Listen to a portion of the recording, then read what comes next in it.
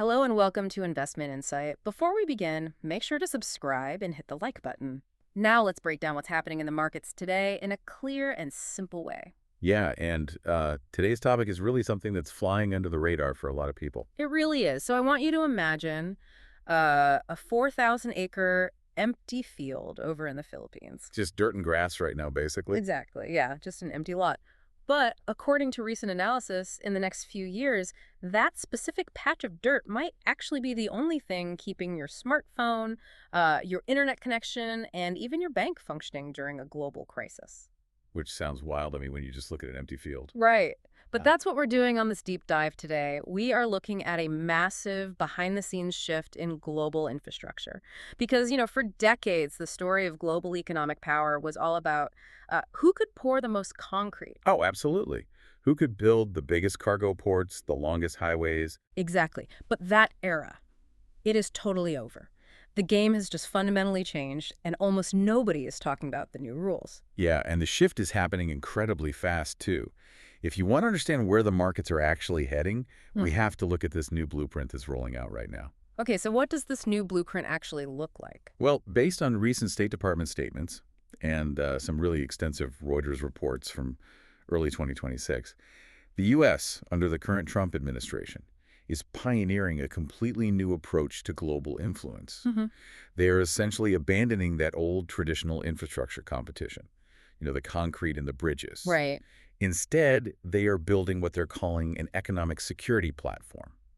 And this strategy, it relies on taking the massive scalability of private tech companies and sort of fusing it with highly targeted international alliances. Okay, I actually want to stop you right there and challenge this just a bit. Sure. Because, whenever I hear terms like economic security platform or targeted alliances, it just sounds like a fancy way of saying the U.S. wants to buy loyalty. I can see why you'd say that, yeah. Right. Because for the last 20 years, the dominant model was China's Belt and Road Initiative.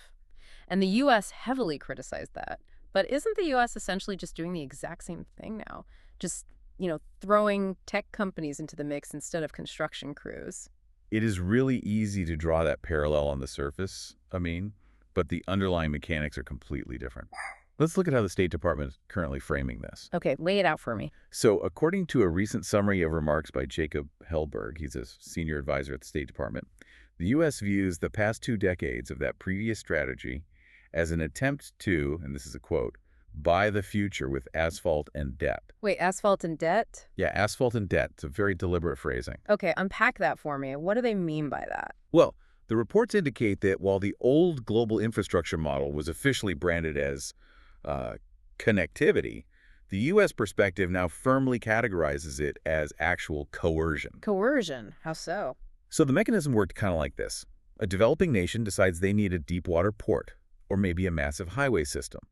A state-backed lender comes in, they offer a massive loan, and they bring their own state-owned construction companies to build it. Right, they bring their own guys to do the work. Exactly. But those loans, they were often structured in ways that left the developing nation saddled with totally unsustainable debt. Debt they just couldn't handle. So Right. if the country couldn't pay, the lender could essentially seize the asset or, demand massive political concessions. It basically tied the borrower to the lender in this highly unequal dynamic. Okay, let me give you a scenario to see if I have this right. It sounds to me like dealing with a notoriously shady landlord. A shady landlord. I like that. Walk me through it. Okay, so you desperately need a place to live, right? The landlord offers you a lease on an apartment that just looks incredible. Oh, yeah. Fresh paint, stainless steel appliances, the works. Exactly. But then you sign it, and you realize the contract is just a complete nightmare of hidden fees. Like when the refrigerator breaks, you find out you don't actually own it, but you're still legally required to pay the landlord this exorbitant fee to fix it. Yep. And eventually you realize you're just trapped, you can't afford to move out, and the landlord basically dictates how you live in the space. Is that kind of what we're talking about? That is exactly it. And let's actually take that landlord analogy even further. Okay. Imagine that same landlord also says that because you missed one hidden fee, they now have the right to look through your mail or, decide who is allowed to come visit you. Oh, wow. Yeah, that's definitely coercion. Right. And that is the coercion aspect the State Department is highlighting. Yeah. The U.S. is explicitly avoiding that model right now.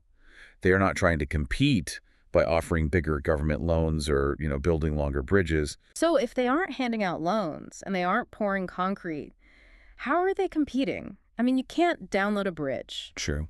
How does this new positive sum partnership actually work in the real world? So it operates a lot more like a community garden or maybe a neighborhood co-op rather than that landlord-tenant A relationship. community garden, okay. Yeah. In this new model, the U.S. government isn't acting as the bank. Instead, they act as a sort of facilitator for private American and allied tech platforms. Oh, I see. So everyone in the alliance chips in to buy the gardening tools, right? And everyone shares the irrigation system. But the crucial differentiator is that everyone actually gets to keep the tomatoes they grow. Ah, okay, so they share the risks, but they also share the rewards. Exactly. The risks are shared, but the wealth and the actual technological capacity that gets generated, that stays within the host country. The data indicates the U.S. strategy relies on the fact that private tech innovation just scales faster, and it creates more organic local wealth than, a government-funded toll road ever could. Okay, I hear you. A community garden for global tech sounds wonderful in theory, But but, diplomats shaking hands and signing papers in Washington doesn't just magically build data centers in other time zones. no, it definitely doesn't. Right. Because private tech companies, they are fiercely independent. They answer to their shareholders. They do not answer to the State Department. So how do you actually herd these massive, multi-billion-dollar tech cats into this specific garden? Well, that is the multi-trillion-dollar question, isn't it? Yeah. And the answer is a newly launched framework called Pax Silica. Pax Silica. Yeah, the name itself is quite literal. Pax meaning peace, and silica referring to silicon, which is obviously the foundational element of modern computer chips. Honestly, it sounds like a sci-fi empire. Pax Silica. What exactly is the scope of this thing? The scope is massive. Research shows it is an expansive economic security initiative, and it covers artificial intelligence, semiconductor supply chains, critical minerals, Wow, all of that. advanced manufacturing, and global data infrastructure. And according to Reuters, this initiative officially launched back in December 2025. Okay. And by January 2026, nations like Qatar and the UAE had already signed on, which is a massive signal. Wait, really? The UAE and Qatar? Yeah, it ties the program directly into the Middle East's broader push to, transition away from fossil fuels and into tech-driven economies. Okay, wait, I need to understand the actual mechanics here.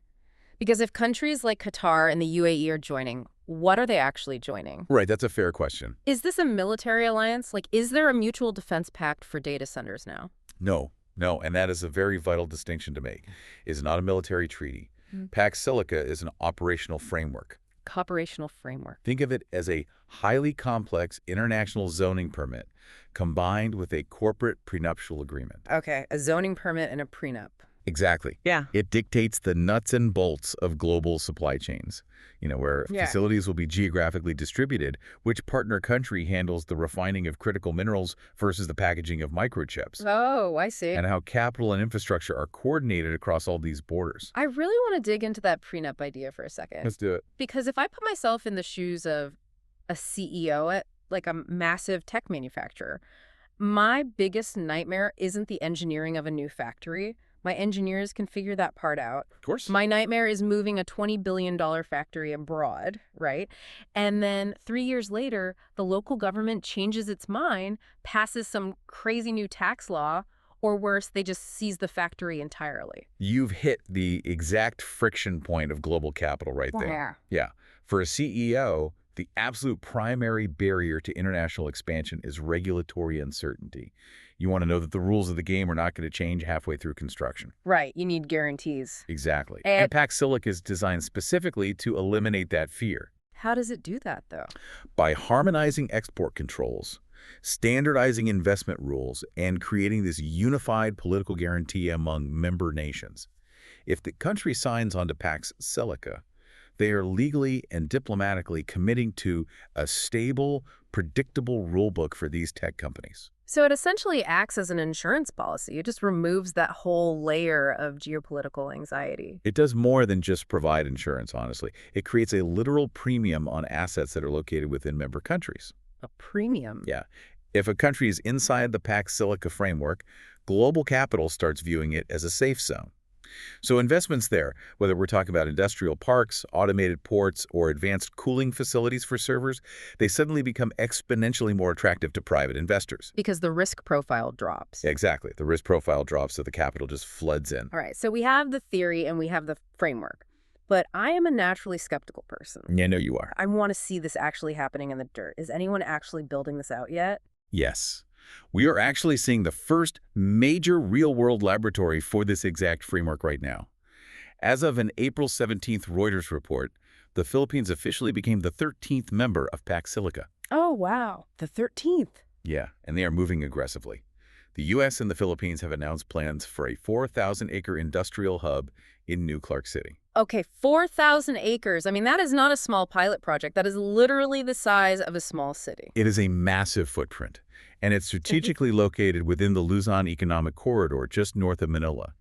The recent analysis uses a very specific, almost militaristic term to describe this hub, actually. What term? It is being designed as a forward-deployed industrial base. Forward deployed industrial base. That's intense. It is, and its singular mission is to secure AI and semiconductor supply chains. Okay, let's play devil's advocate for a second. Right.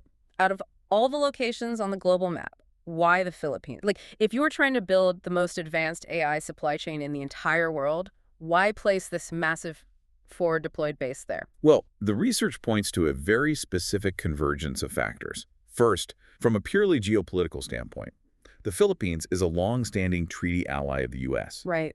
And under the current Marcos administration, those diplomatic and strategic ties have deepened significantly, creating a really high level of political trust. Okay, so the trust is there. Exactly. Second, you can't just build a high-tech facility in a vacuum, right? You need a foundation. The Philippines already has a robust, highly skilled workforce with literally decades of experience in electronics assembly and manufacturing. Oh, so they already know how to handle the hardware. Correct. You might design an AI chip in California and fabricate the silicon in Taiwan, but that chip still needs to be tested, packaged, and integrated into motherboards. And the Philippines has the people for that. Exactly. They have the human capital. Furthermore, the U.S., along with partners like Japan, has already been heavily funneling infrastructure investments into that specific Luzon economic corridor. So they're preparing the ground? Right. They are upgrading the railways and the ports. It is just a perfect storm of geographic advantage, existing workforce capability, and really deep political alignment. Okay, I hear all of that.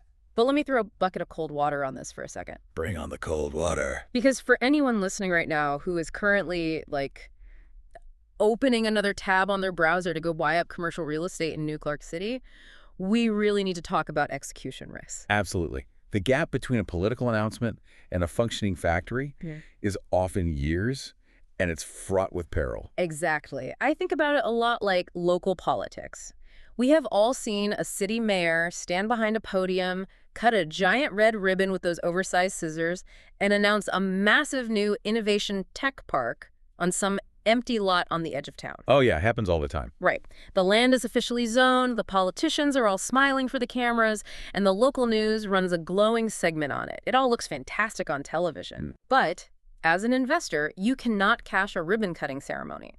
That empty lot stays empty until Apple or Google or Amazon actually signs a 20-year lease, brings in thousands of servers, and turns the lights on. That is a very vital dose of reality. And the data clearly backs up your skepticism regarding the current timeline. It's still early. Very early. This Philippine hub is in its absolute infancy. The local authority managing the area, they're called the BCDA, or the Basis Conversion Development Authority, they are currently still just reviewing the available land. Just reviewing the land. Yeah. They're looking at maps and drawing boundaries. Crucially, as of the latest reports, no specific U.S. corporate partners have been officially announced to anchor the site. Okay, so there is no anchor tenant yet. It's essentially an if you build it, they will come scenario right now. For now, yes. It is a powerful statement of political will, and it sets up the necessary platform. But it is not a finished product generating revenue today. Investors really need to watch for the actual corporate commitments, not just the diplomatic handshakes. Right. Watch what they do, not what they say. Which brings us to the biggest question of this entire deep dive, the why. Why? Why go through all of this diplomatic trouble? Why spend months negotiating Pax Silica? Yeah. Why zone 4,000 acres in the Philippines for a forward deployed base? Yeah. The answer, according to the sources, comes down to solving arguably the most dangerous vulnerability in the modern global economy. And that is the single point of failure. Yes, this is the core engine driving the entire strategy. Recent geopolitical shocks have fundamentally altered how markets view risk. Like what kind of shocks? Look at the recent tensions involving Iran, or the sudden chaotic disruptions to commercial shipping lanes in the Strait of Hormuz and the Red Sea. These events prove to global markets in real time just how incredibly fragile our supply chains actually are. It's the butterfly effect. Exactly. The localized conflict thousands of miles away suddenly means an automotive factory in Ohio has to halt production because they can't get a 50-cent sensor. And the data indicates this realization goes far beyond just getting computer chips on a boat.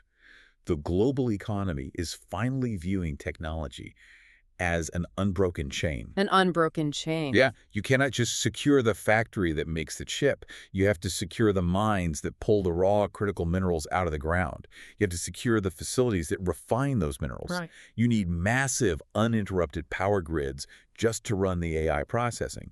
You need automated, secure ports to ship the hardware and submarine data cables that connect the servers. It is one single continuous nervous system. And if you pinch a nerve anywhere along that line, the whole body goes numb. Precisely. And this is why the U.S. strategy has shifted so dramatically. Under this new economic security platform, over-reliance on any single country for manufacturing or any single maritime route for shipping.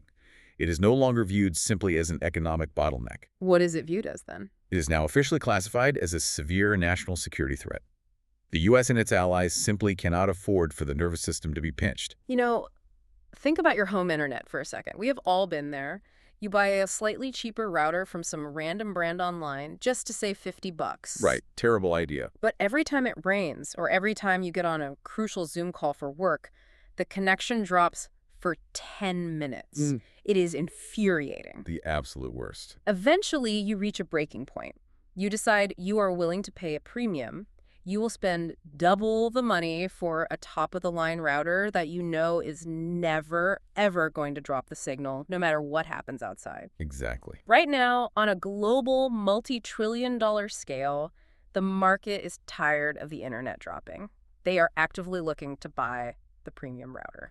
The home router analogy is surprisingly accurate for understanding macroeconomic behavior right now. But let's actually add one more layer to it. Okay, lay it on me. What if that premium router also came with a guarantee that an IT specialist lived in your neighborhood and they would fix it within an hour if anything ever went wrong? Oh, I would gladly pay extra for that peace of mind. Everyone would.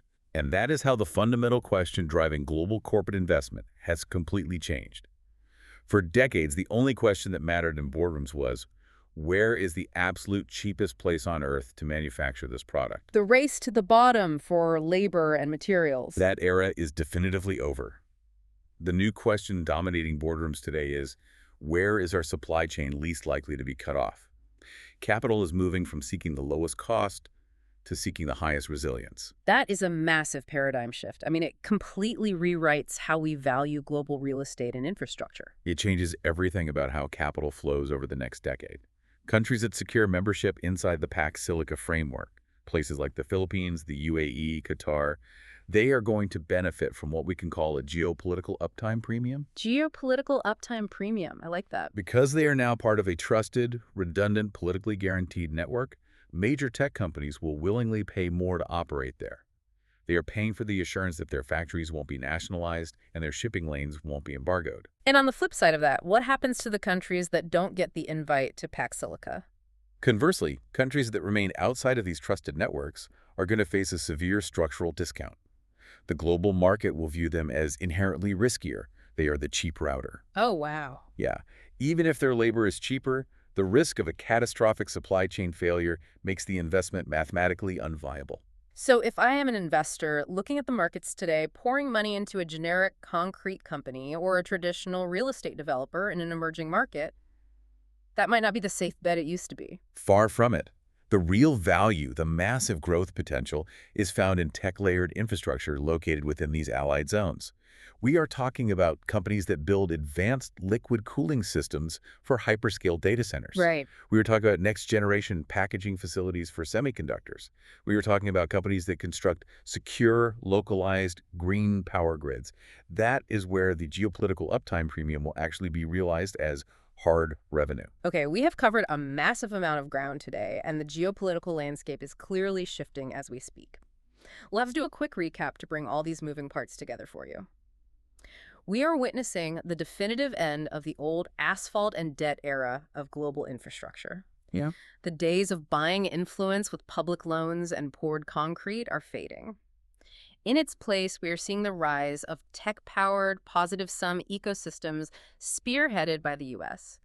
We explored the creation of Pax Silica, this new geopolitical prenup that acts as an insurance policy to ease the regulatory fears of multi-billion-dollar tech companies. Right. We looked at the first real-world laboratory for this in the Philippines, unpacking the strategic value and the execution risks of their 4,000-acre forward-deployed industrial base.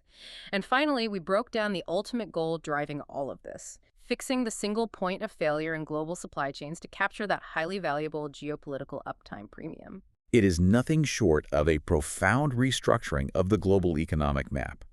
And as we wrap up this deep dive today, I want to leave you with one final, perhaps slightly uncomfortable question to ponder. Okay, what is it? We've talked extensively about the immense benefits, the investment surges, and the security for countries inside this new Pax Silica framework. But if this model truly works as intended, if member nations enjoy this incredible economic security, rapid tech investment, and supply chain stability, what happens to the countries that are left out? Are we currently watching the beginning of a brand new global divide? One that isn't defined by traditional wealth, gold, or oil, but simply by whether or not your country is plugged into the right politically trusted supply chain. That is a really heavy thought to chew on. A world divided not by who has the most money, but by who has the most reliable connection to the future. It is something we will definitely be keeping a very close eye on as this new framework continues to unfold. Don't forget to subscribe and hit that like button.